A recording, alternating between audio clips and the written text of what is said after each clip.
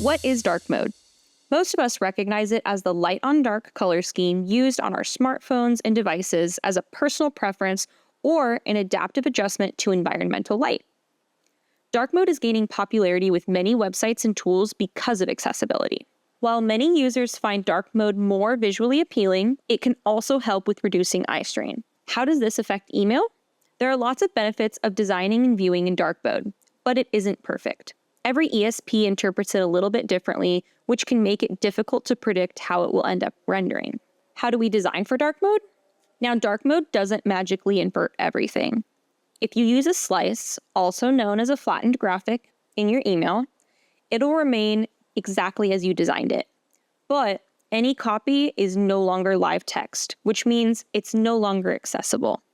Since most of what we do here at Ragnarok involves dynamic content and personalization, we want to make sure our designs are dark mode friendly. Here are some helpful tips. Icons. If you have any icons with transparent backgrounds, include a white or some lighter toned color as a stroke around the PNG or SVG.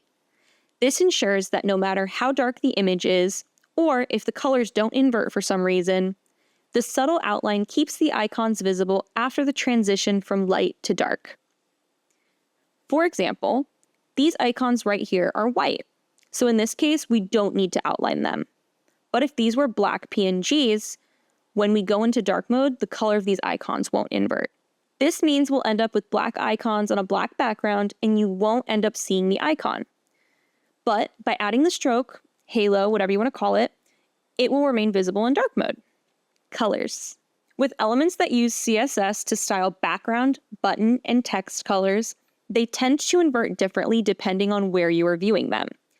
Different email clients, browsers, devices, etc.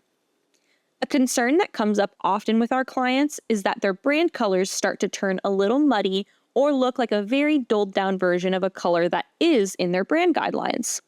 And they tend to not like the dark mode output. So we work with them to help find a solution. Sometimes we get lucky and your brand utilizes midtones or neutrals and your brand's color palette inverts perfectly fine or with very little difference in color. And then there are some color combinations that aren't as forgiving, with dramatic shifts in tone and hue. The biggest culprits are greens, blues, and yellows. They turn into those really muddy, earthy tones in dark mode. Take a look at this graph and compare the predicted output on Gmail, iOS, Apple Mail, Outlook. There's a lot more variance than most people expect, and unfortunately, we don't have a lot of control over it. As you can see, yellow is the problem child that converts to a muddy, mustardy brown, whereas the red tones tend to shift to slightly fairer pink. As we mentioned earlier, blues also don't render well, so you'll see here that the teal went kind of muddy. A tool like Email on Acid, which our developers at Ragnarok use, provide a preview of what a client's emails are going to look like in light mode, dark mode, and a variety of clients such as Gmail and Outlook, browsers like Chrome and Safari, and desktop, mobile, and tablet. While not 100% accurate, Email on Acid gives our team a visualization of what our emails will look like before we deploy them. This gives us the opportunity to go back into the design phase and rework anything. In general, our goal is to prevent potential dark mode issues before we get to the development stage. Starting from the first round of design, we follow best practices to ensure everything is friendly for dark mode.